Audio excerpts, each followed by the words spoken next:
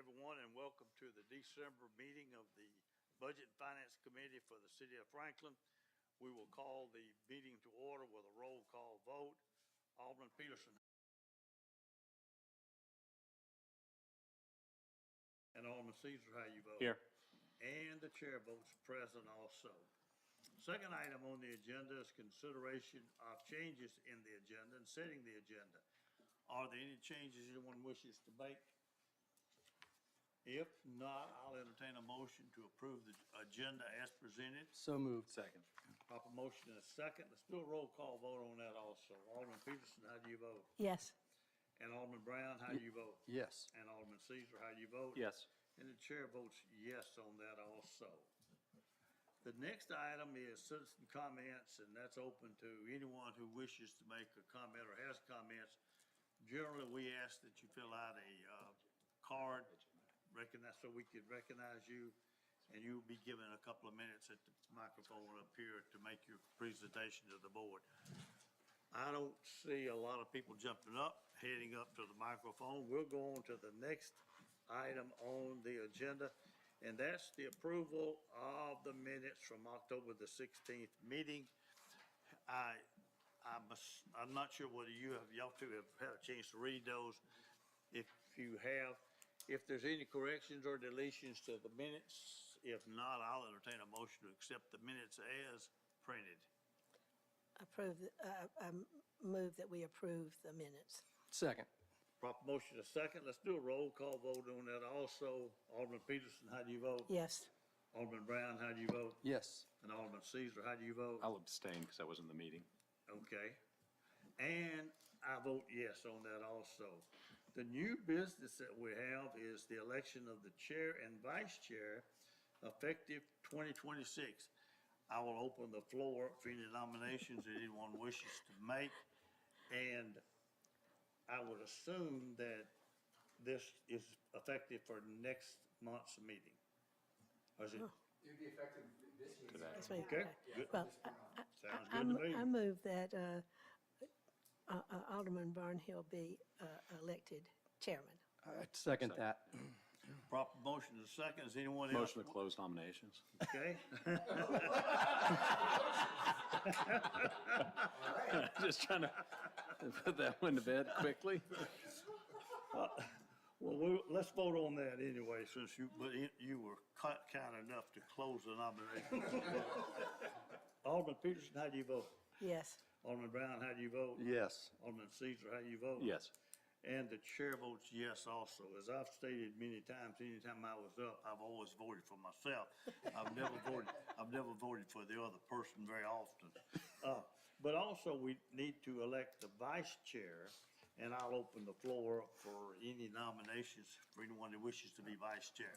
For consistency, I move to nominate Alderman Peterson for vice chair. Proper motion? Second. Second. Let's have a roll call vote on that also then, since we have a proper motion and a second. Alderman, well, I'll let you go last on that since you're up. Alderman Brown, how do you vote? Yes. Alderman Caesar, how do you Yes. vote? Yes. And the chair votes yes on that. Alderman Peterson, how do you vote? Yes. Okay, that's settled. Election of chair and vice chair. Let's go to item 4, which is consideration of a draft procurement award to the Public Risk Insurers of Franklin, Tennessee for liability, property, and workers' comp insurance products and services for the Risk Management Division of the Human Resource Department, procurement solicitation number 2025-019, funding to be budgeted in the city's operating department proportional to a combination of losses and exposure for years 2026, 2027, 2028, and optionally 2029 and 2030, contract number 2025-0486. And I almost had to have the mayor help us on that. I only get the long one. You want to get the long ones? Okay. Kevin? Yes, Kevin Townsend, Director of HR. This is an award we're requesting for 3 years with an option for 2 additional years. It's with our incumbent public risk insurers. Any questions about it? Any questions? Wasn't even close. Okay. Then, do you need a motion then to carry this to the full board? Same thing on a couple of these others also. All right, then I'll entertain a motion of approval from the committee to forward it to the full board Motion approved. for the full board's recommendation. Proper motion? Second. Proper motion is second. Let's do a roll call vote on that also. Then we have a proper motion and a second. Alderman Peterson, how do you vote? Yes. And Alderman Brown, how do you vote? Yes. Alderman Caesar, how do you Yes. vote? And the chair votes yes also. Okay, so it passes, will be forwarded to the complete full board. When do you, It's on 12/9. so on 12/9, is it on the work session and the voting Put session? it on the voting session because we had confidence it would be well received. Okay, all right. All right, item number 5, consideration of draft procurement award to P&A Administrative Services, Inc. of Williamsville, New York, in the total estimated fee of $4,166.40 per year for flexible spending account and dependent care service for a term of award for the Human Resource Department.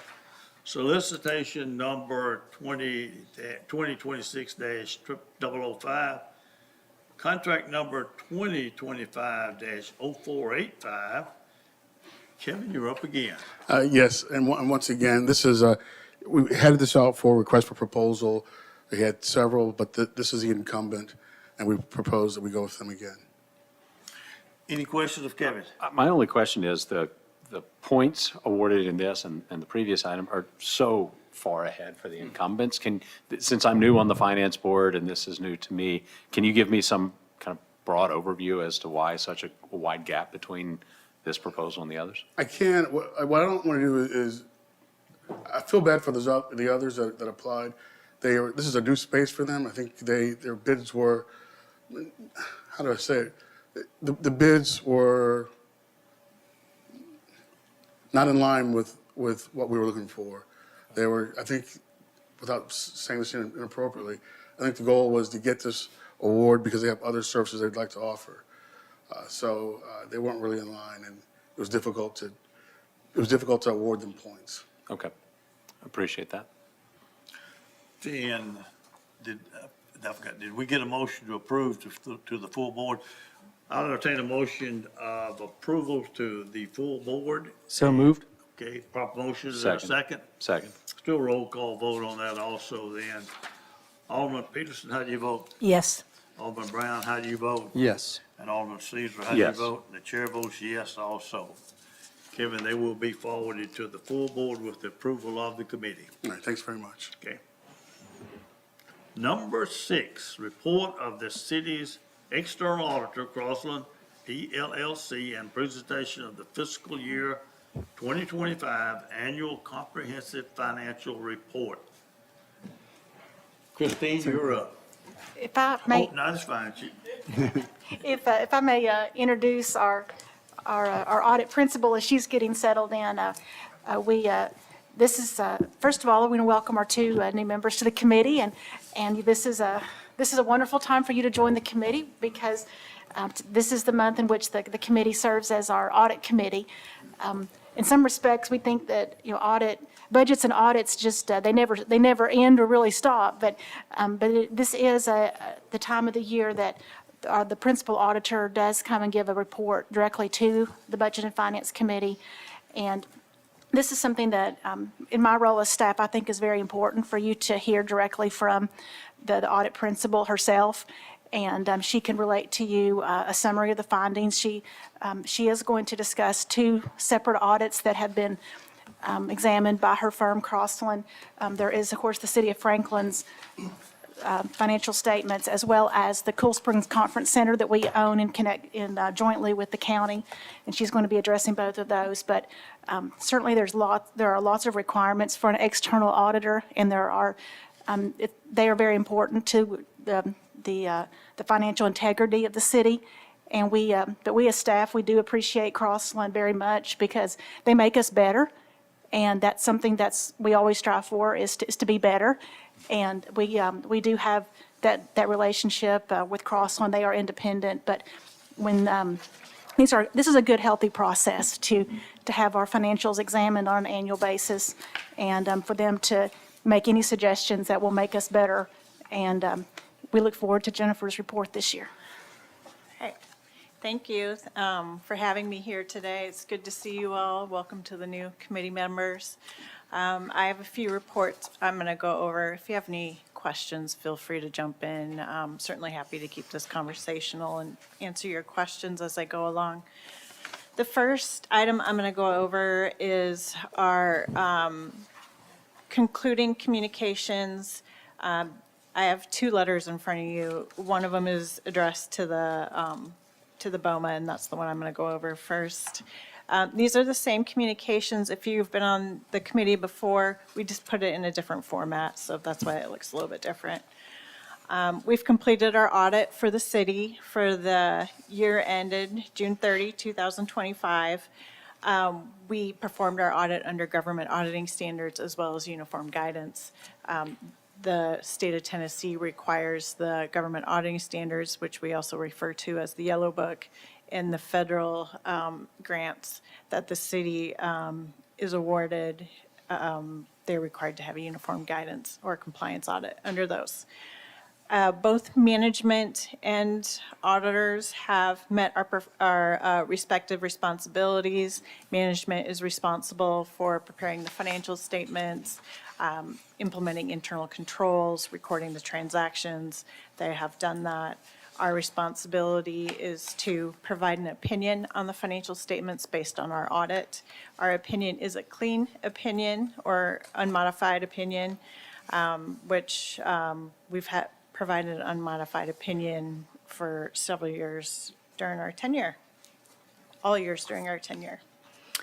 Some significant audit matters that we're required to communicate to you annually, some qualitative aspects of the accounting practices. Management is also responsible for the selection and use of appropriate accounting policies. These are included in footnote 1 in the financial statements. We look at these annually to determine if they're appropriate and comprehensive, which we do believe that they are. There was a new accounting standard that was adopted under the GASB this year, GASB Statement Number 101 for compensated absences. Management implemented that, and it's reflected within the financial statements. Other than that, there weren't any new accounting changes. There are no transactions entered into by the city for which there's a lack of authoritative guidance or consensus. All significant transactions have been recognized in the proper period. Also included in the financial statements are accounting estimates. Those are an important part of the financial statements. We look at these annually as well. Some estimates are more sensitive than others.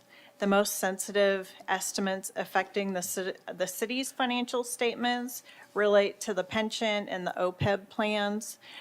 We take a deeper dive into the more sensitive estimates.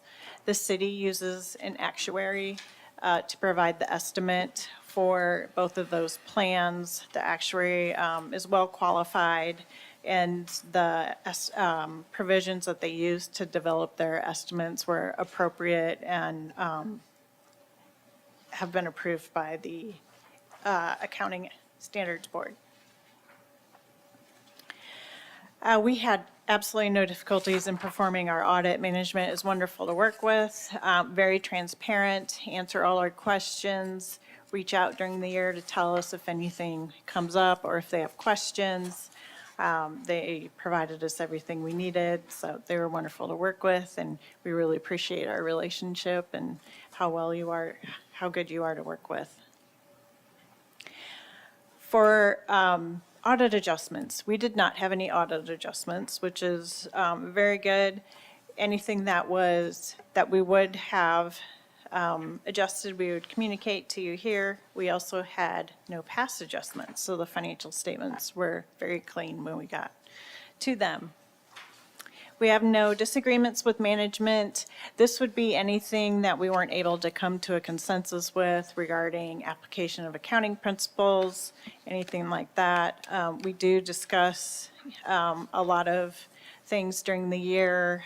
We generally work through any questions or anything of that sort. Management representations.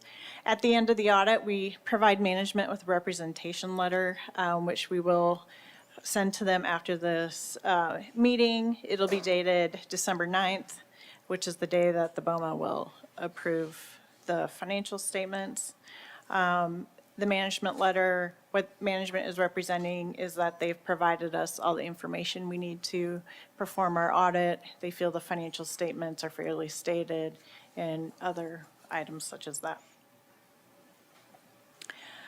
We're not aware of any management consultations with other independent accountants. You're always welcome to consult with another independent accountant.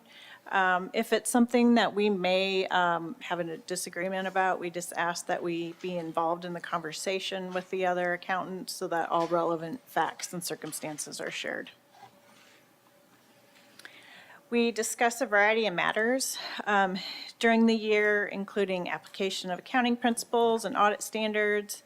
All of these occurred in the normal course of business and would not cause a breach in independence or anything.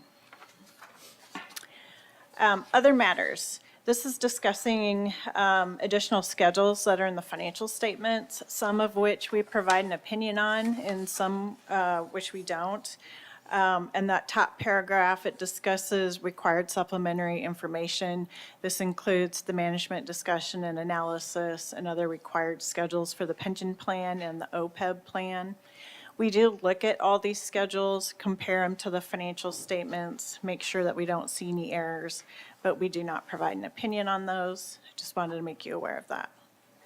There are other schedules that we do provide an opinion on and we audit. Those include the schedule of expenditures of federal and state awards, the combining in individual fund financial statements and schedules, and other schedules that are not marked unaudited. Some we audit and others we don't. And for those schedules that we did audit, we have provided an unmodified opinion or a clean opinion. The statistical section and the introductory section, and there's some other schedules marked unaudited. Same thing with the RSI. We look at those, compare them to the financial statements, but we are not providing an opinion on those.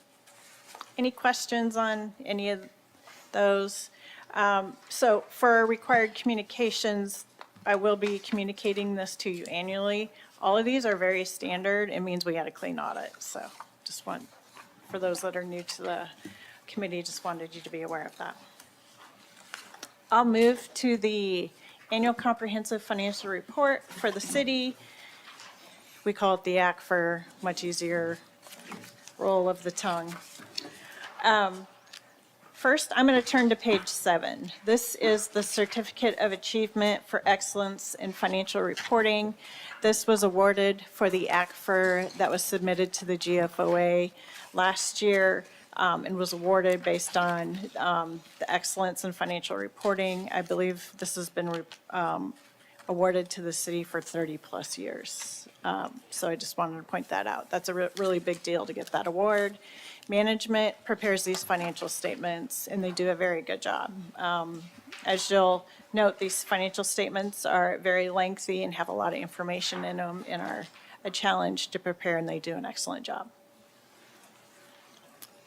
Moving to page 13, this is our independent auditor's report. At the top is our opinions, which discusses our unmodified opinion. We're opining on the government-wide financial statements, the fund financial statements, as well as the fiduciary fund for the pension.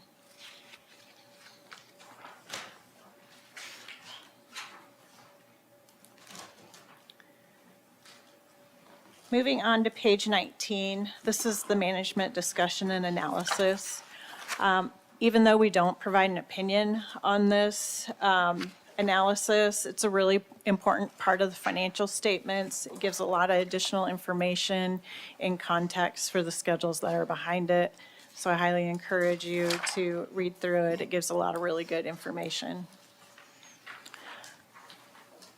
One item in the MD&A, I do want to point out, on page 27, I'm going to talk about the capital assets of the city, and this gives a lot of good information about, there's a lot of projects going on in the city. There's several $1 million in additions that were added to both the water and sewer fund and to the governmental activities, and these are listed here. Some notable ones, construction beginning on New City Hall. There's been some road projects like the McEwen project, some Harlansdale Farm renovations, some water main relocations and other improvements. So I just wanted to point out that these are listed here.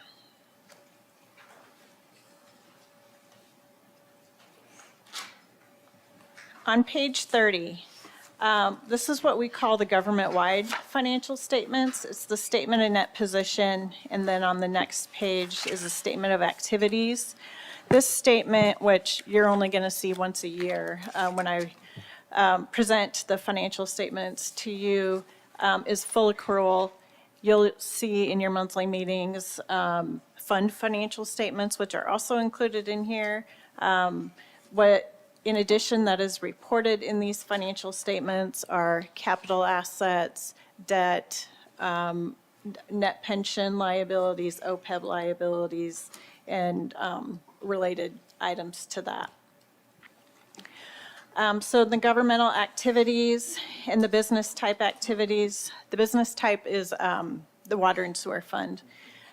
Total net position for both of these activities was $984 million for 2025, $698 in the governmental, and $285 in the business type activities. The net capital assets are listed under the assets section. Those total, those two lines is just over $1 billion. So there's a lot of activity going on in those projects that I mentioned in the MD&A. In your liabilities, you have your current liabilities, and then under non-current, which is unique to this statement, you have your bonds, your long-term debt, compensated absences. What was new in the governmental activities this year was $214,000 in software leases. Those get recorded under the SBITA. And then there was also a $43 million bond issuance in the governmental activities this year, and that's included in those amounts. And there was no new issuances in the water and sewer.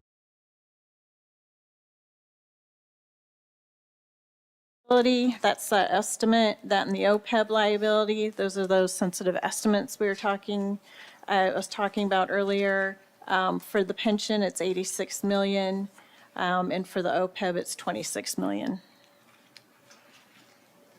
In net position, $847 million is invested in capital assets. The basic formula for that is your capital assets less any debt that is attributed to those capital assets is how that number is calculated. So that makes up a large portion of your net position. In the unrestricted, $53 million, the city can use that for ongoing needs of the city without any restriction on those. In the statement of activities, in the governmental activities, the change in net position was a decrease of $3.7 million. Some reasons for that decrease is in your property tax collections, which on the bottom portion of that statement under general revenues and transfers, property taxes is the first revenue item listed. That decreased this year primarily due to a $220,000 in refunds that were issued by the State Board of Equalization. Capital grants, which are up under program revenues, those decreased approximately $4.7 million. Those were just at the end of those grant terms. And then also under your general revenues, impact fees and taxes, that had an almost $6 million decrease. And impact fees, that's all based on timing and number of projects that are going on in the city. So that amount is expected to fluctuate each year.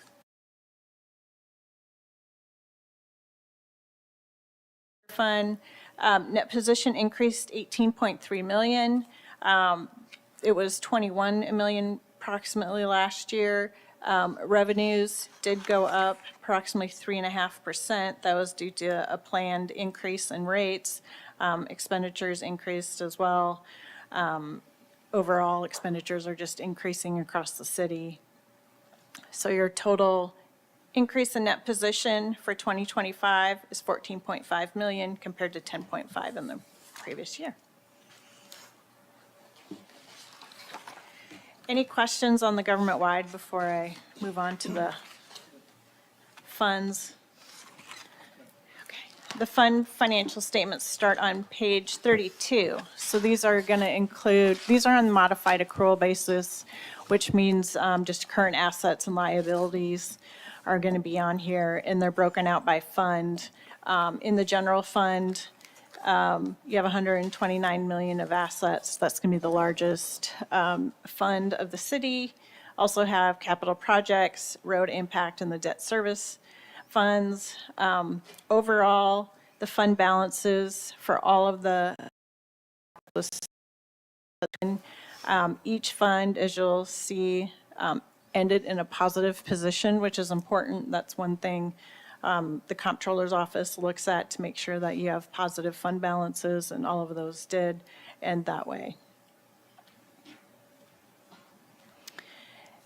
In the general fund, there's 87 million that's unrestricted, and those can be used for general operations. Page 33, this is a reconciliation between the statement of net position and the balance sheet, and includes those long-term assets and liabilities. And on page 34 is the statement of revenues, expenditures, and changes in fund balances for the governmental funds. This statement is more in the traditional format, and you can see the comparison with 2024. For example, you can see the decrease in the property taxes. Sales tax continues to increase. The economy is going well and consumers are still purchasing. A lot of that comes from the Cool Springs Galleria, the success of that mall. In the Capital Projects Fund, on the bottom, under other financing sources, the $43 million board issue, or bond issue is listed there under issuance of debt, as well as the new lease for $214,000. And the transfers between the funds are listed there as well.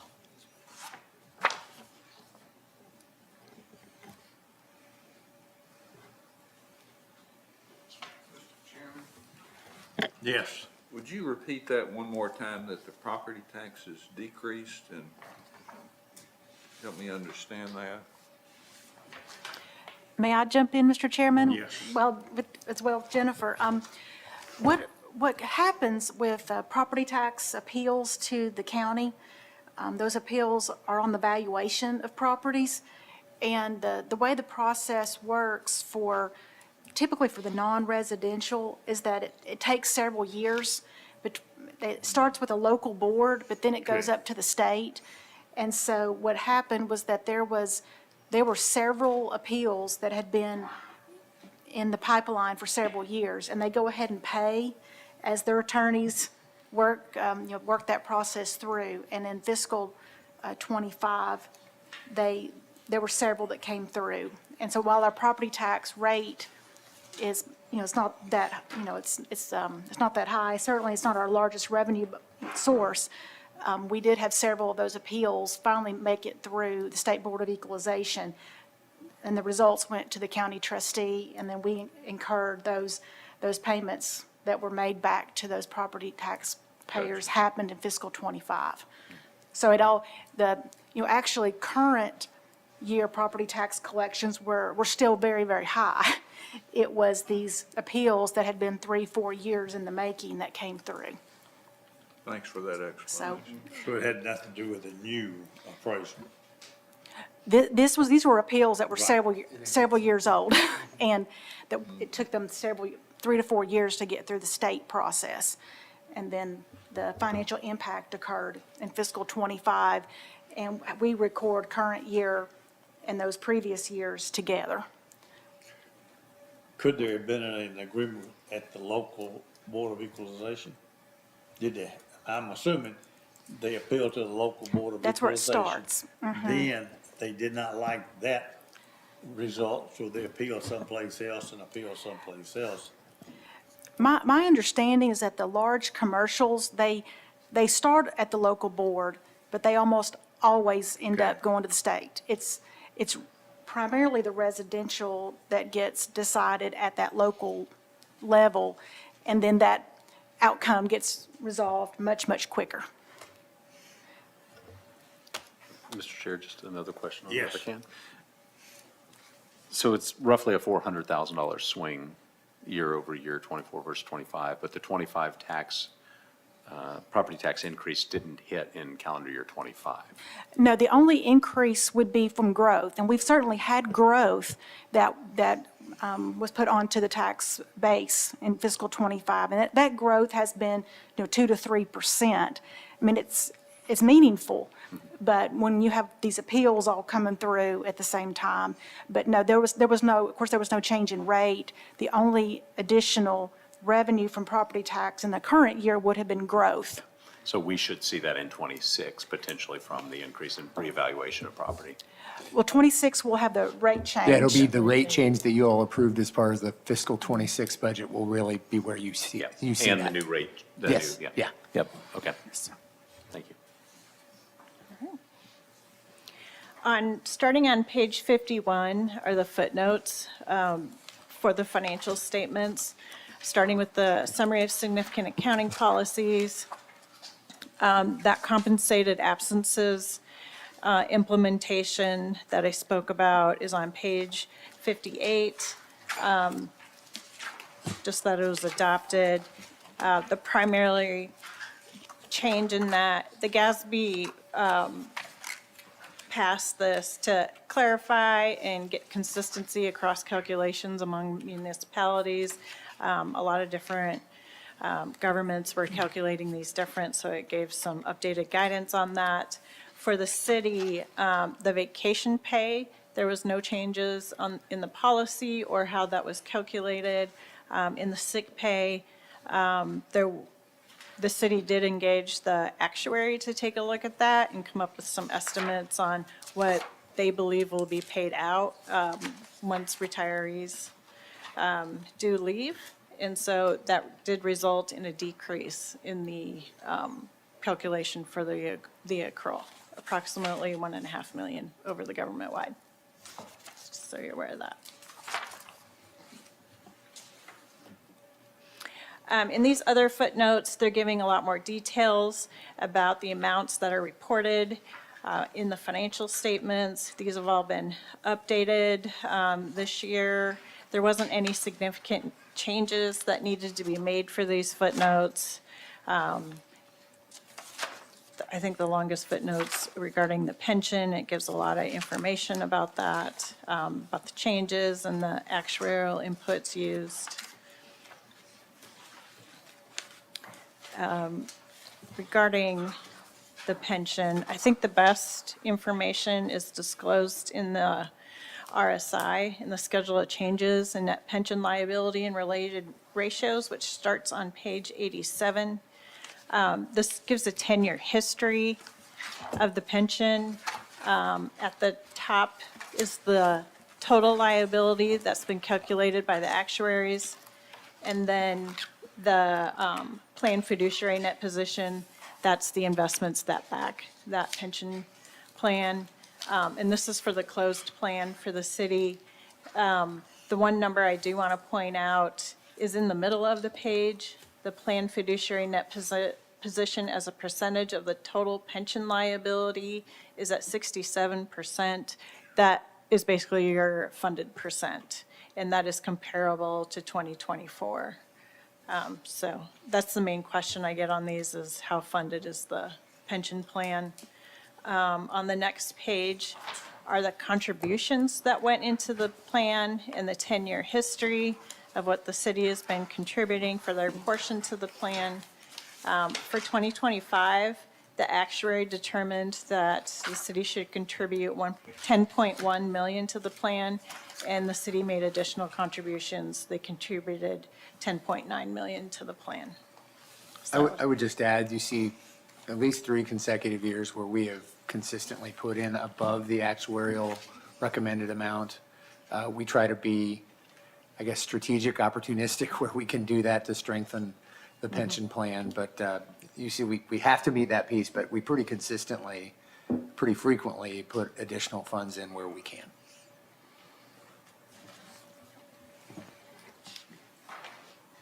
And then on page 90, there is also a plan for the city under the TCRS, which the state of Tennessee manages. That fiduciary, the funded status is 93%. The state of Tennessee tends to keep a pretty high funding percentage on all their plans. So just to give you that picture. For the contributions on page 91, 2.1 million were required, and the city made 2.1 million in contributions to that plan, which was approximately 7.6% of employee payroll. For the OPEB plan, this is for medical benefits for retirees. It is very typical for governments across the country to pay these as they go. So that's why it says 0% for that percentage. And the city has followed this methodology as well. The plan net position, if you see the contributions, there's a history of those. In 2025, there's 938. And the benefit payments were 938. So they're paying those benefits as they come up. So they're meeting their obligations.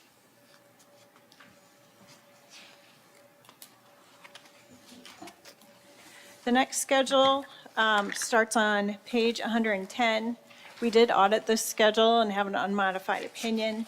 It's our schedule of expenditures of federal awards and state financial assistance. This is what we did our compliance testing on under the uniform guidance. We selected 2 programs.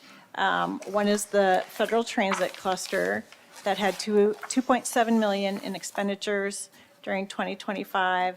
And then under the U.S. Department of the Treasury, the American Rescue Plan Act for $7.8 million. We also tested that program. Total federal assistance was 16.1. The city, which I'll point this out in the summary schedule, is a low-risk auditee. What that means is they have a history of audits with no findings. And what that means is when we test those federal programs, we can test 20% of total expenditures. If they were not low risk, we would test 40. So I'm sure the staff appreciates that too. On page 165, this summarizes our audits, our audit reports. We issued 2 other independent audit reports that precede this page. One under the Yellow Book, which is for the financial statements and internal controls over the financial statements, and then a uniform guidance report where we provide an opinion over those major programs that we tested. And the top of this summary section is our Yellow Book report. For our audit opinion over the financial statements, unmodified. Did you find it? Okay, all right. And then internal control over financial reporting. These are all checked no, which means we had no findings. Internal controls are in good order. They're working. They've been planned appropriately, so we didn't have any findings for internal controls or any non-compliance related to the financial statements. Under the federal awards, we do provide an opinion over those 2 programs that we test, which is unmodified, and we had no findings under those 2 programs for the Federal Transit Cluster and for the American Rescue Plan. our dollar threshold, we generally test type A programs. That would be anything with expenditures over 750, so we're testing your larger programs. And that low-risk oddity is indicated below. On page 167, I just want to point out, if we have findings in the previous year, we do have to provide an update on where those findings stand. Last year, this wasn't required under the Yellow Book or the Uniform Guidance, but the Comptroller's Office, if there's any fraud or anything that's reported to them, we do investigate. And if we corroborate those, it is reported here. The city did turn in on themselves an accounts payable fraud that had occurred. And we reported that last year. And so our update on that is that that finding has been corrected. Management implemented some new internal controls to strengthen the internal controls over accounts payable. There was a false vendor that had tried to change the banking information and got payment out of that. So those internal controls have been improved and put in place, and that has not happened again, which is excellent. And from my discussions with management, I guess they caught the person who did that fraud, so that's good news too. So, any questions on these financial I statements? see several heads shaking when they caught. Yeah. Mr. Chair. Yes. Really just for my own education, I found the definition on page 56 for non-spendable under fund balances, but what's an example of a non-spendable? Inventory or prepaids. It's because you've already spent the money on Yeah, it. got it. Thank you. Greg? This may be about the very last statement, the person that borrowed some money from the city. Is there a chance, if I'm remembering, it was not an insignificant amount of money that was stolen.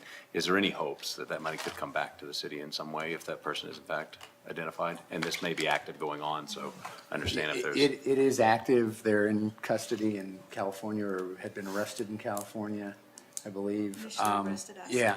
Yeah, so we don't know what that will bring. We know that they've got the person, but this stuff gets so buried in transactions and other things.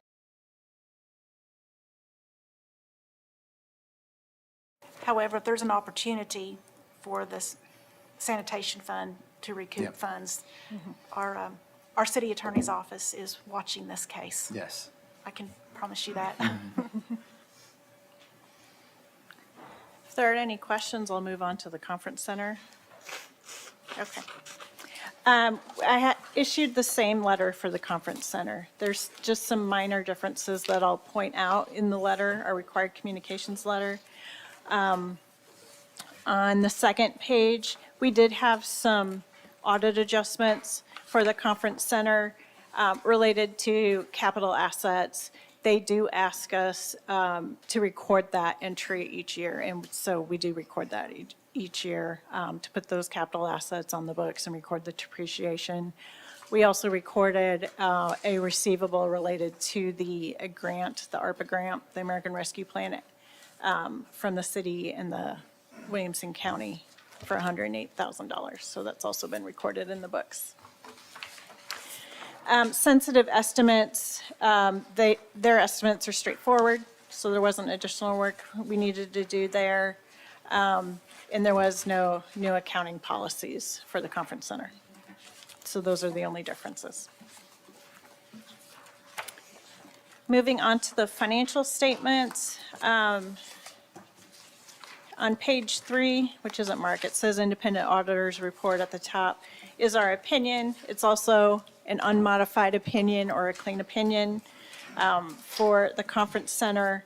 This year, we had some new schedules with the American Rescue Plan funds that were awarded to the conference center. There's some additional information that's included here, the schedule of expenditures of federal awards. So in that supplementary information paragraph on page 5, we put our unmodified opinion on that schedule. We audited it and believe it's materially stated. On page 7 is the management's discussion and analysis. It gives a lot of very good information on the conference center and their operations. They had a lot of activity this year with that new grant coming in.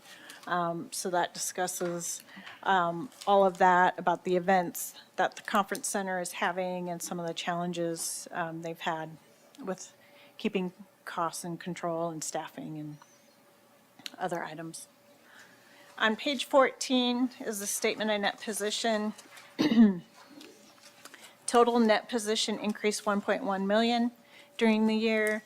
That was a direct reflection of the American Rescue Plan grant that was received. All of those were spent on renovations and improvements to the conference center, which are included in your capital assets. There was a net of 1.2 million that was added to the capital assets during the year. Cash is at 797,000. Just some additional expenses and spending this year was the reason it's decreased approximately 200,000. They do, for policy out of the conference center, they do place some cash into a separate fund that's restricted for capital expenditure, and that is 785,000. And that's reflected as restricted in net position as well. In your statement of revenue, expenses, and changes in net position, banquet and catering revenue remained very consistent with the previous year, increased approximately $10,000. They're back at full capacity with their events that they're having, similar to pre-COVID. So they're having quite a bit of events during the year. Under your operating expenses, those did increase approximately 135,000. They are having some challenges with staffing and turnover and being able to pay their staff with increased labor rates, which they've done a good job of hiring those staff and keeping them on board. But that has caused a little bit of an increase in expenses. Also, in depreciation, which is a non-cash expense, that increased due to the additions to capital assets, and that's going to continue to increase as the years go on with those additions to that. Other non-operating revenue and expense, that capital grant and contributions for the 1.2, that's the American Rescue Plan grant that was used for the capital assets. So you're not going to see that in your statement of revenues expenditures except as depreciation expenses. Those get depreciated in future years. Income before distributions to the city in Williamson County was 1.8 million.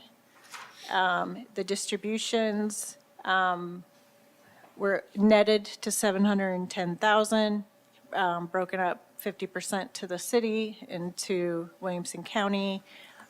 Those are distributed monthly. If the conference center is at a profit, that gets distributed. If they're at a loss, then the city and the county contribute that to the center. Total increase in net position, 1.1 million. In your statement of cash flows, I want to point out net cash provided by operations at the top has been positive for the past few years, 1.1 million. That means a lot of their cash is coming in from operations. Non-capital finance activities, that's related to the distributions and the contributions by the city and the county. And then capital asset activity is under the financing from capital-related activities. Decrease in cash, 200,000.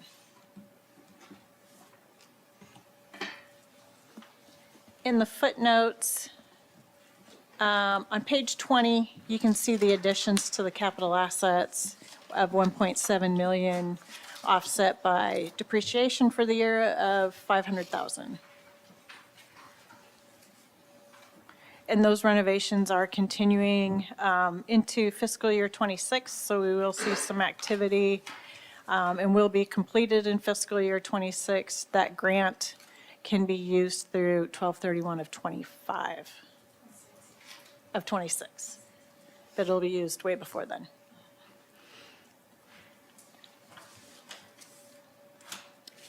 On page 22, in the operating agreement, that talks about the operating agreement between the conference center and the hotel. That was extended subsequent to year end.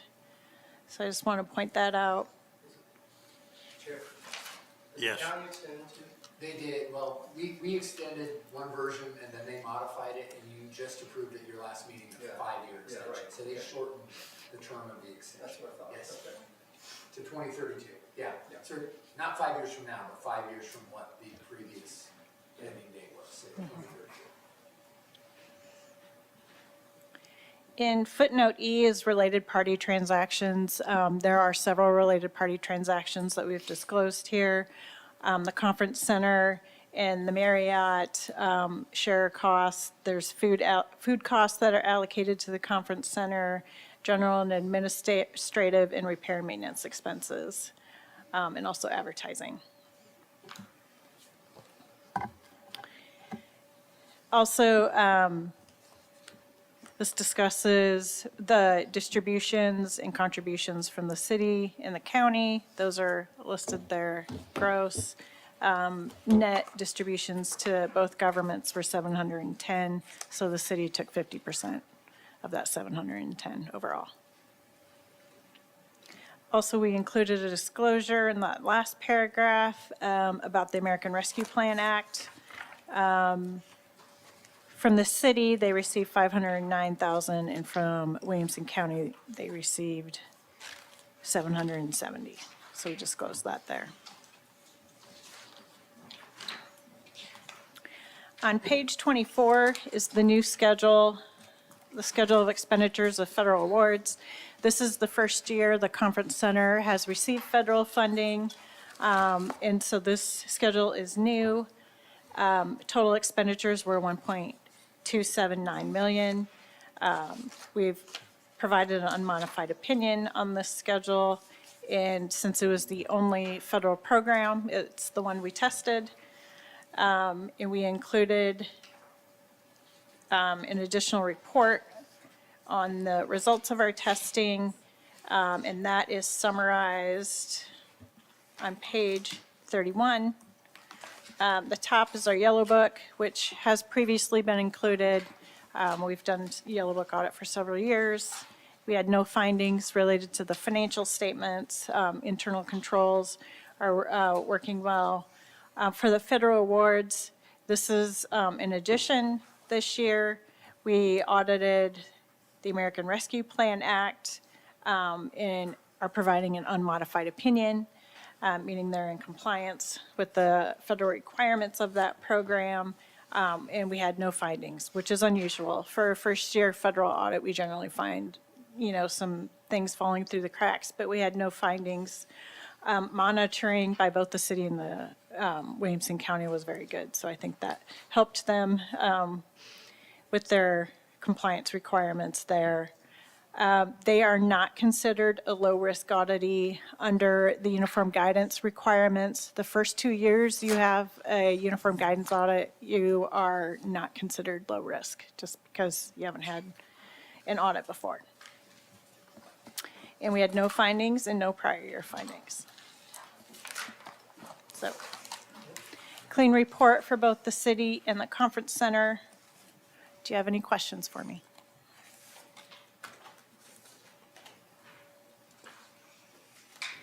Any questions? All right. All right, thank you.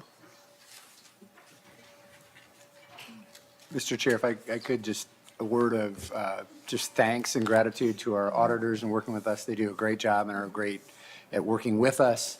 I especially want to thank the finance team. That staff works diligently to make this happen and to provide the information and responsiveness. And you heard the high praise that they received. They work so hard to make this happen. So Margaret and team, thank you.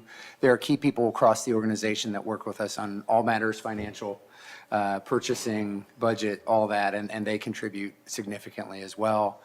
Jennifer mentioned it, but our 34th year this year of receiving the Excellence in Financial Reporting recognition from GFOA is tremendous, and we don't plan on stopping.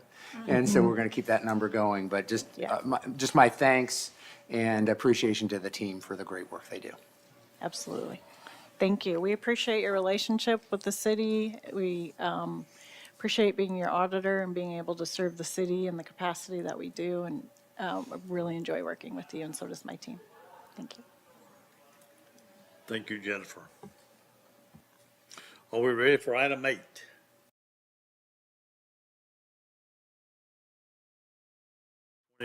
2025-52, an orders to amend the budget of the city of Franklin for fiscal year 2025-2026. Well, Michael, you're up. Mr. Chairman, members of the Budget and Finance Committee, good afternoon. My name is Michael Walters-Young, your Chief Budget and Performance Officer. Joined with me today is Christopher Franklin, one of our Budget Performance Analysts. Chris helped put this amendment together, so he gets his moment in the sun to sit up at the table and take any grilling questions you may have. Please address them that way.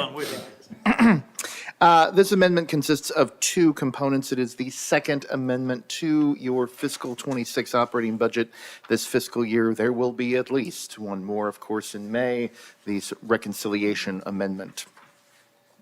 Let's go by fund. So the general fund has amendments which total $3,694,625 in both revenues and expenses.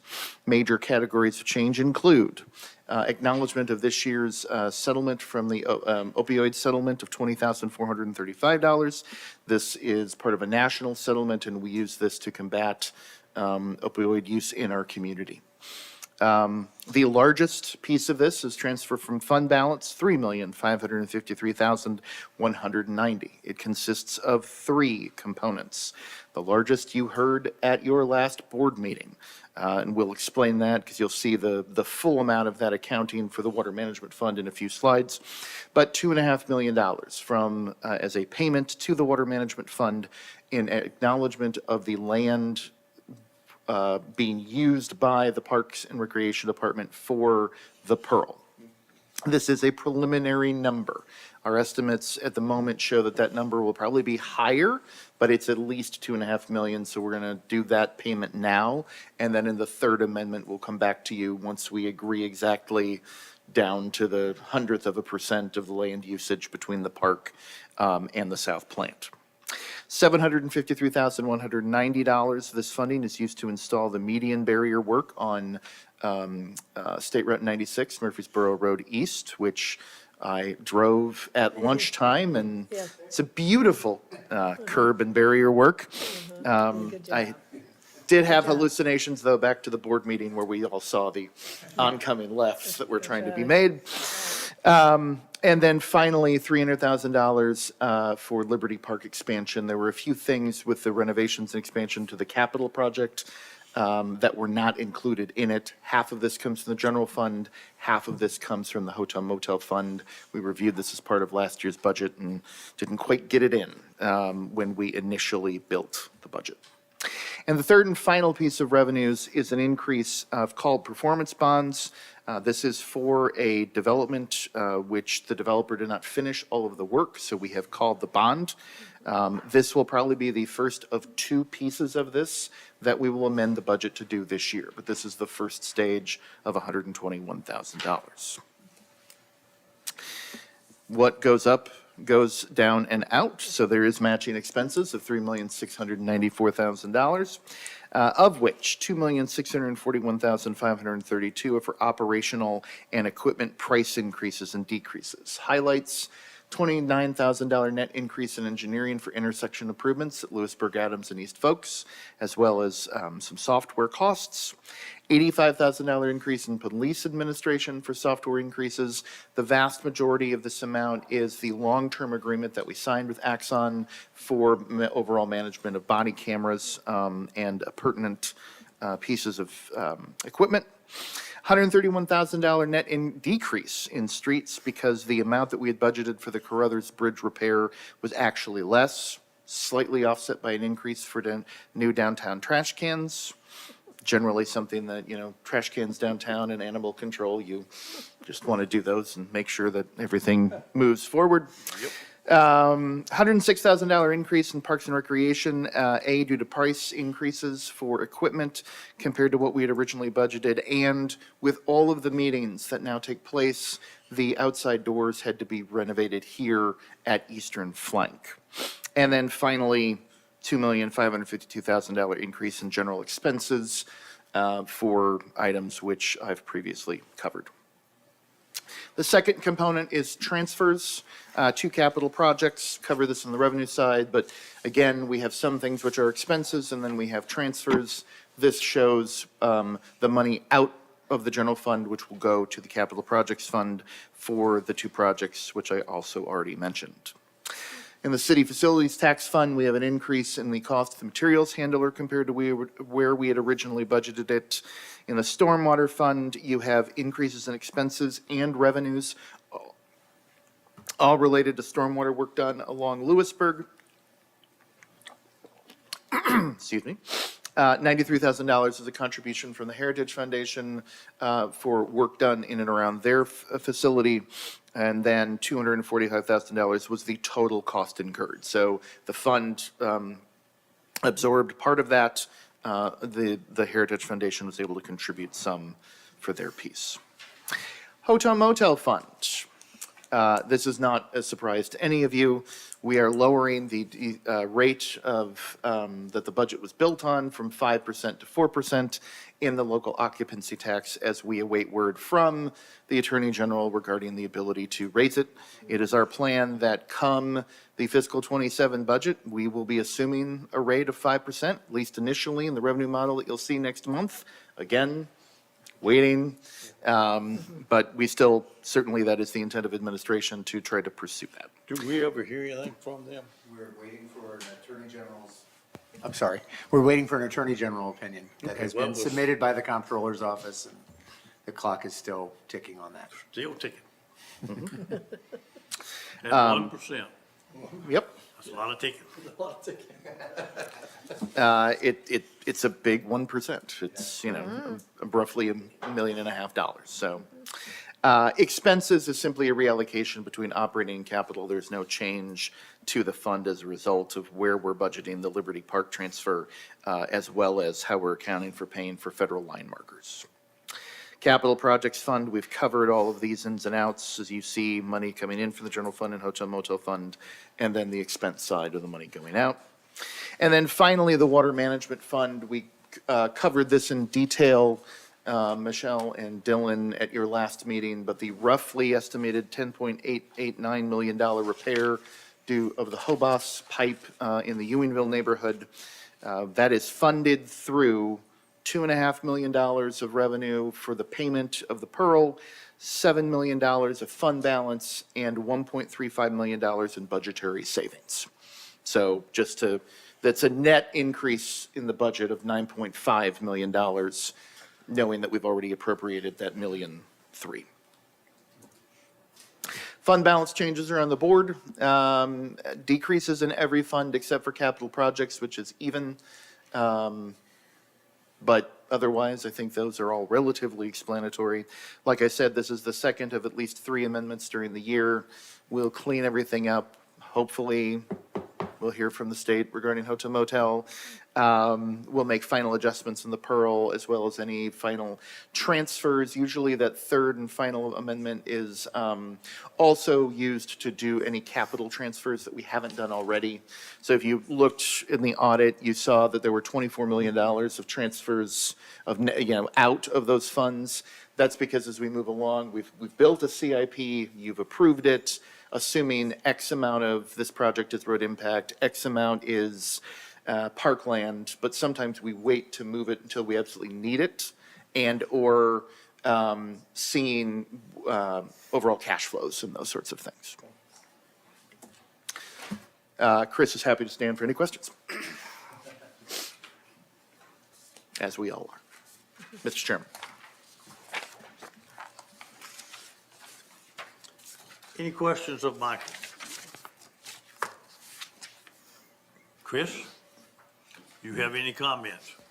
I'm good, thank you. All right. That's as good as it gets. We are looking for a vote to recommend this for approval to the board. Okay, let's do that then. I'll entertain a motion then to approve and forward to the full board the ordinance 2025-52.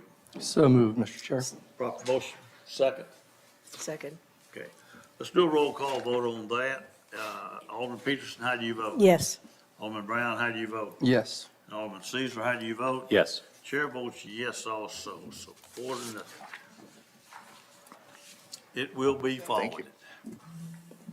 Item 9, consideration of draft ordinance 2025-98, a resolution, of the Board of Mayor and Aldermen for the City of Franklin adopting budget goals for fiscal 26-2027.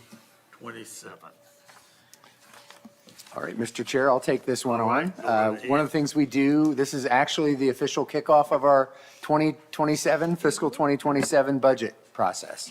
And what we do is the old adage of starting with the end in mind when we start a process like this. So we set some goals starting out. Some of them are pretty consistent year to year. Some are more tailored to the specific fiscal year. So 2026, the year we're now in terms of fiscal year, was a significant one budgetarily. You as a board wrestled with some important topics. What the tax rate should be in the wake of a significant change in property valuations across the community. To put a finer point on that, our tax base moved from 7.6 billion to 10.75 billion. And that had ramifications for the tax rate, and you modified that rate. It went down, but you modified it up slightly to help fund capital investments and help us for the first time in 9 years to add capacity there. We also did a complete update of our compensation plan across the organization. So you accomplished both those in one budget. And so that's all still being supported and integrated in the fiscal 27 budget that you're going to be working on in the months to come. So when we look at this, you'll see the budget goals are in 3 broad categories: financial goals, non-financial goals, and then specific to fiscal 27 goals as well. And we'll walk through those. We do try to classify them within your strategic plan goal areas. You now have 6 of those, which are safe, clean, livable city, sustainable growth and economic vitality, being fiscally sound, quality life experiences, organizational health, and operational excellence. Those last 2 are new additions in the last year or so to our broader priorities. And when we look at 27 specifically, there's some things that we are driving through, which is completing the update of the strategic plan, which you see reflected there as well. We have tried to put a greater focus, not just on the 10-year planning horizon, but also deliverables in the 1 and 3 year timeframe, and we'll be refining those with you as well. One of the key components that you charged us with last year that will continue into fiscal 27 is to look at and evaluate options related to growth-related infrastructure funding. And so that work continues. A lot of attention right now on the infrastructure development district concept and how that might work, and we'll have more policy work on that next Tuesday night. But that is one very high-profile component, but there are other elements as well that we continue to look at and how we can deliver infrastructure that helps align with our growth. We'll continue to look at strategies around affordable and workforce housing. There's a connection to the infrastructure districts potentially there as well. And then just overall strong growth management strategies, that we have alignment around infrastructure and growth, and that we look at high-quality, sustainable growth in our community. Some other areas that we have, of course, we focus on quality service delivery and all we do, both maintaining and enhancing it over time. We want to enhance our engagement with the public as well. Economic vitality is critical. It's been part of Franklin's story and one we don't take for granted. We want to continue to position ourselves in a strong place there. We want to have long-term financial strategies as well around infrastructure investment, but specifically transportation needs. You've seen us step up part of the Invest Franklin 2.0, and the tax rate that you approved in this budget was around having funding capacity. We have funded our portion of the Mack Hatcher Southeast widening with that initiative. The state still has a $25 million hole in that project. And so we'll continue to work with them on identifying funding opportunities through the state and possibly through some other funding partnerships, whether it be through MPO or other sources as well. And we still have other options and opportunities we want to continue to push. And that capacity and the potential to build that capacity helps us do so. Specifically looking at things like Mack Hatcher Northwest widening, looking at interchange improvements at 96 Murfreesboro Road and I-65, and those important elements that are critical, and all of this in the background of supporting an over $450 million capital investment program over the 10-year planning window. A couple other things I will highlight in the finance and non-financials, the sort of evergreen portion of the plan. We always maintain and enhance our positive financial position. We want to make sure we're strengthening where we are. To that end, we produce for you and want to deliver a structurally balanced budget. That means ongoing revenues and ongoing expenditures are in sync with one another. We want to comply with your adopted reserve policy and debt policies. That includes the financial plan, capital investment funding plan that supports your updated 10-year plan. And then you've seen some, we've talked about some enhancements to how we track that plan and a regular cycle for updates and where we can add capacity in projects to look for those opportunities. And again, in the non-financial, we look at some key components around high-quality services, creating a positive economic environment and that economic vitality piece I talked about. And then the other component that really gets at organizational health.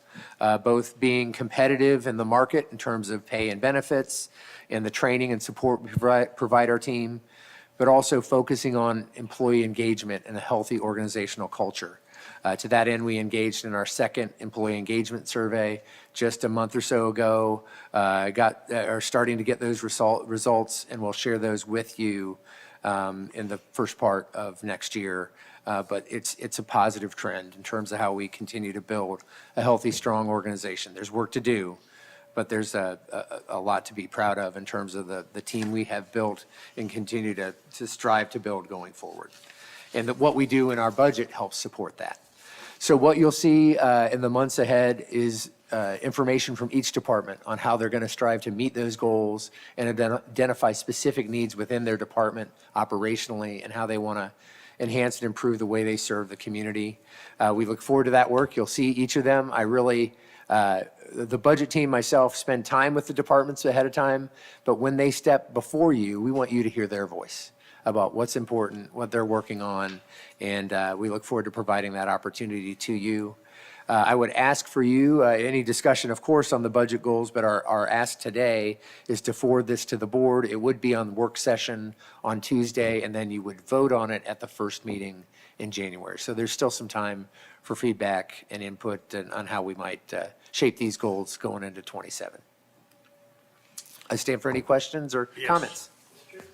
So I looked at these before coming in. I just had a couple comments, and I may make them again on Tuesday for the other aldermen, but I'll say this. First of all, I very much appreciated that as a city, we're keeping our long-term vision and long-term planning. It's something that we're great at, and I watch what's happening around us, and the issues and the challenges around us are because they don't. However, I want to just note that I really appreciated that you also, this piece about looking at short-term opportunities. Can't lose our long-term vision and planning, but I do think there's opportunities for us to have some quick wins in those short horizons. And I know that we've worked on doing that in the most recent, few months. And so I've really appreciated that, and I've seen us actually execute that. And so grateful that is articulated in here.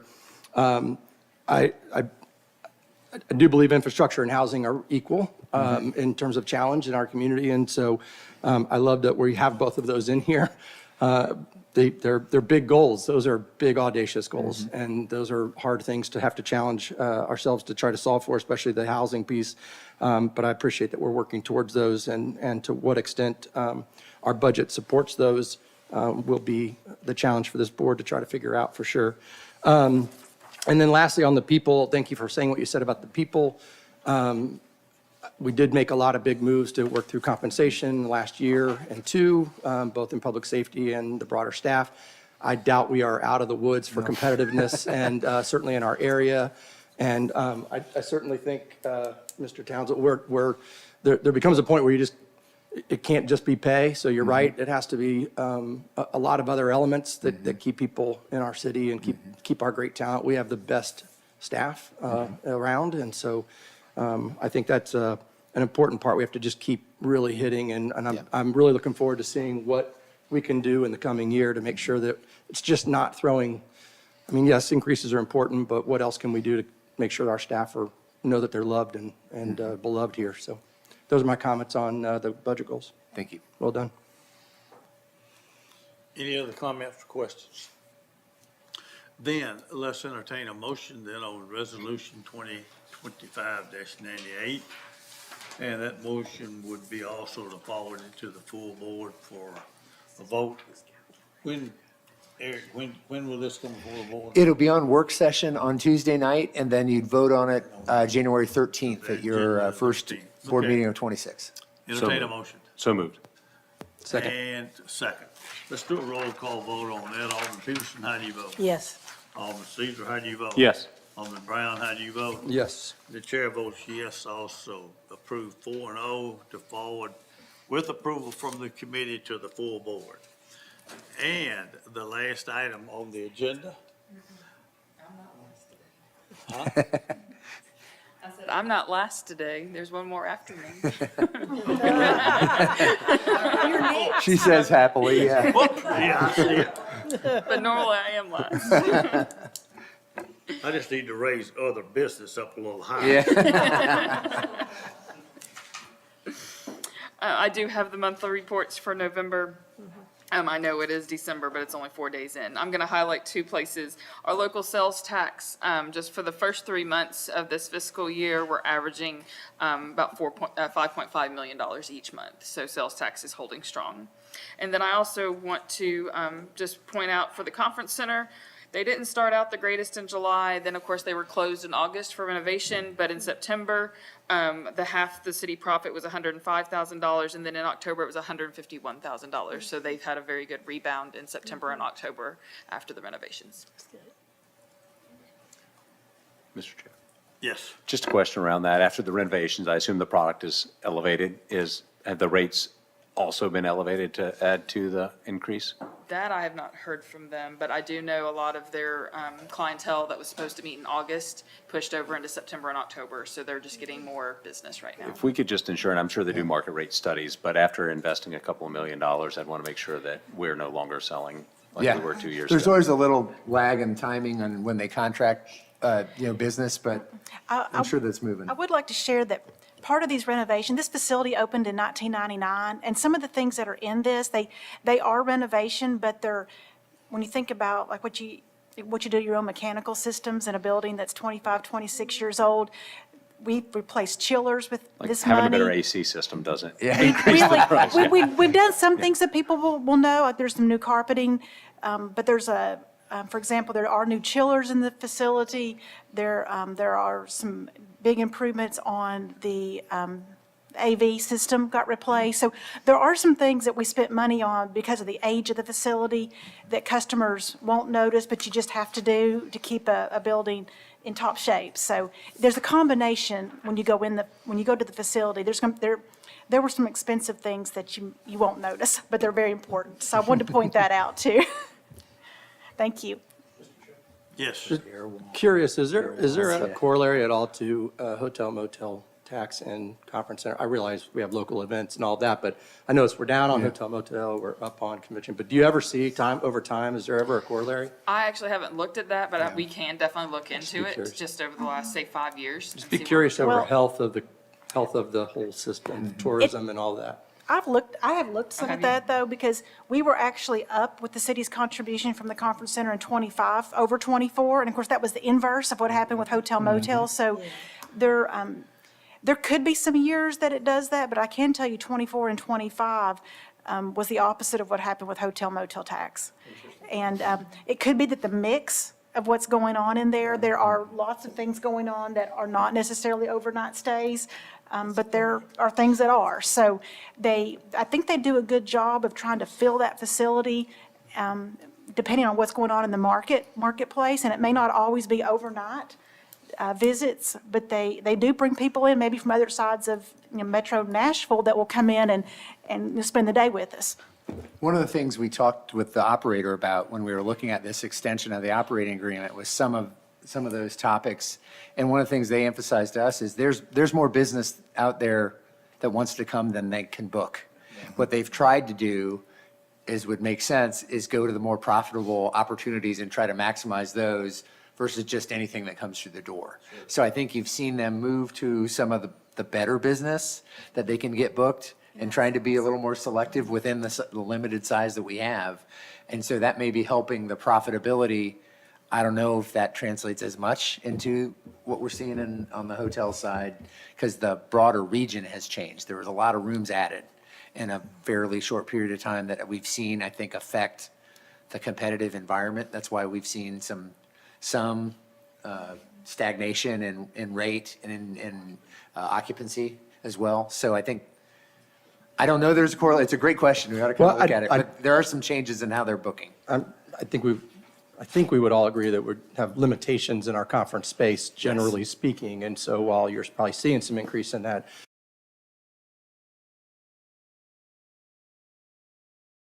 we may be missing opportunities for more convention, to your point. We just don't have the space to book them, so, yeah.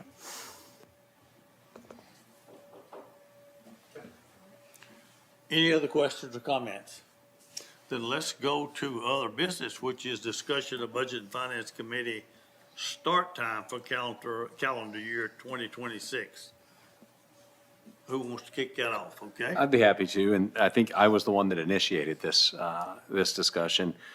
I do have a job during the day, and it allows me to do the work of the city, outside of some normal operating hours, and as long as it's not too disruptive to my fellow board members. I know that we have lots of meetings that start in the afternoon, but it would be very much appreciated if we could start 4:30 sometime, so that I could get in a full day's work while doing the work of the city in the afternoon, evening. Okay. Well, let me, I'm open to the discussion, though. It's just, let me kind of give my opinion on this. When we did this at 1 o'clock, we did it because it was convenient for the staff to be here at 1 o'clock rather than being here at 4 and running till 6 or 6:30, because we will have a lot of meetings coming up in January and February, which will be longer than the ones we are having just right now. So it was not necessarily to have it at 3, have it at 4, have it at 1. It was set aside, and I think I pretty much supported that when I looked out, I saw staff sitting out here at 6 o'clock, 6:30, 7 o'clock, waiting for their time to make a presentation to the full board. And I said it was very seldom, if it was ever, a civilian person that wanted to come before the mic to make a presentation to the committee. So let's just move the meetings up somewhat, and we are more receptive to the staff that's here. And if you look around, you'll see nothing but, well, except for one, staff and/or elected officials here. So that was the reason it was set up, and originally it was 1 o'clock. And we changed that, 2 years ago? I guess to 3 o'clock. Maybe 3 or 4 years ago, yeah. Yeah, but. Probably 4 years So ago. if you make it 4 or 4:30, you're gonna run button up against 7 o'clock at night before you get through. When we get into the committee, the department heads making their presentation to the committee then. So that was the reason it was done at 3. It was to make it easier on staff to be here and not interfere with as much of their time as we would if we started 4 or 4:30. From a staff perspective, we'll do what you need, honestly. We've done it in my time here, we've done it all over the place. We used to do it at 6 or 7 o'clock in the evening because that's when board members could get here. We enjoyed the earlier afternoon. It did free people up. But also what we've done with departmental presentations is we've defined those pretty well. We've added a meeting in the months of February, March, and April. So we try to keep those in a 2-hour window for the budget presentations. So the departments know when they're going to be. So they just will adjust for that one meeting.